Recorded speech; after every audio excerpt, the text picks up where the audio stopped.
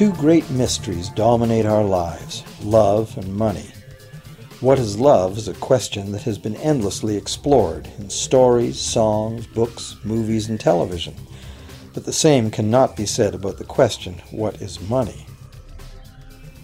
It's not surprising that monetary theory hasn't inspired any blockbuster movies, but it was not even mentioned at the schools most of us attended. For most of us, the question, where does money come from, brings to mind a picture of the mint printing bills and stamping coins. Money, most of us believe, is created by the government. It's true, but only to a point. Those metal and paper symbols of value we usually think of as money are indeed produced by an agency of the federal government called the Mint. But the vast majority of money is not created by the Mint. It is created in huge amounts every day by private corporations known as banks. Most of us believe that banks lend out money that has been entrusted to them by depositors. Easy to picture, but not the truth. In fact, banks create the money they loan, not from the bank's own earnings, not from the money deposited, but directly from the borrower's promise to repay. The borrower's signature on the loan papers is an obligation to pay the bank the amount of the loan plus interest, or lose the house, the car, whatever asset was pledged as collateral. That's a big commitment from the borrower. What does the same signature require of the bank? The bank gets to conjure into existence the amount of the loan and just write it into the borrower's account. Sound far-fetched? Surely that can't be true. But it is.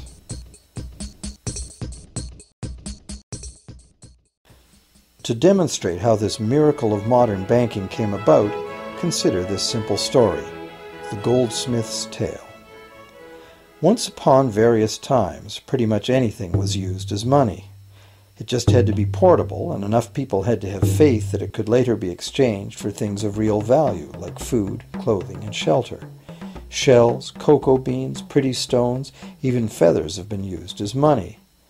Gold and silver were attractive, soft, and easy to work with, so some cultures became expert with these metals.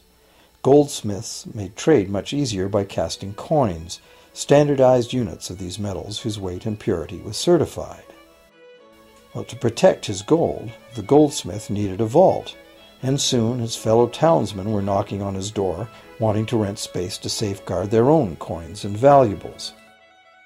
Before long, the goldsmith was renting every shelf in the vault and earning a small income from his vault rental business. Years went by, and the goldsmith made an astute observation. Depositors rarely came in to remove their actual physical gold, and they never all came in at once. That was because the claim checks the goldsmith had written as receipts for the gold were being traded in the marketplace as if they were the gold itself. This paper money was far more convenient than heavy coins, and amounts could simply be written instead of laboriously counted one by one for each transaction. Meanwhile, the goldsmith had another business. He lent out his gold, charging interest. Well, as convenient claim check money came into acceptance, borrowers began asking for their loans in the form of these claim checks instead of the actual metal. As industry expanded, more and more people asked the goldsmith for loans. This gave the goldsmith an even better idea. He knew that very few of his depositors ever removed their actual gold, so the goldsmith figured he could easily get away with lending out claim checks against his depositors' gold, in addition to his own. As long as the loans were repaid, his depositors would be none the wiser and no worse off, and the goldsmith, now more banker than artisan, would make a far greater profit than he could by lending only his own gold. For years, the goldsmith secretly enjoyed a good income from the interest earned on everybody else's deposits. Now a prominent lender, he grew steadily richer than his fellow townsmen, and he flaunted it. Suspicions grew that he was spending his depositors' money. His depositors got together and threatened withdrawal of their gold if the goldsmith didn't come clean about his newfound wealth. Contrary to what one might expect, this did not turn out to be a disaster for the goldsmith. Despite the duplicity inherent in his scheme, his idea did work. The depositors had not lost anything. Their gold was all safe in the goldsmith's vault. Well, rather than taking back their gold, the depositors demanded that the goldsmith, now their banker, cut them in by paying them a share of the interest. And that was the beginning of banking. The banker paid a low interest rate on deposits of other people's money that he then loaned out at a higher interest. The difference covered the bank's cost of operation and its profit. The logic of this system was simple, and it seemed like a reasonable way to satisfy the demand for credit. However, this is not the way banking works today. Our goldsmith banker was not content with the income remaining after sharing the interest earnings with his depositors, and the demand for credit was growing fast as Europeans spread out across the world.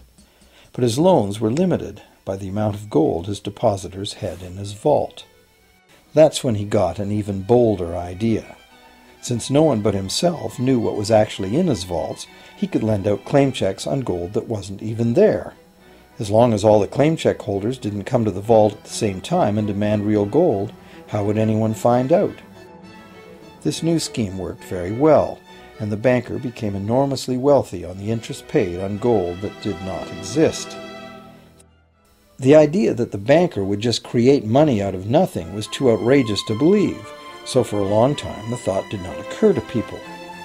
But the power to just invent money went to the banker's head, as you can well imagine. In time, the magnitude of the banker's loans and his ostentatious wealth did trigger suspicions once again.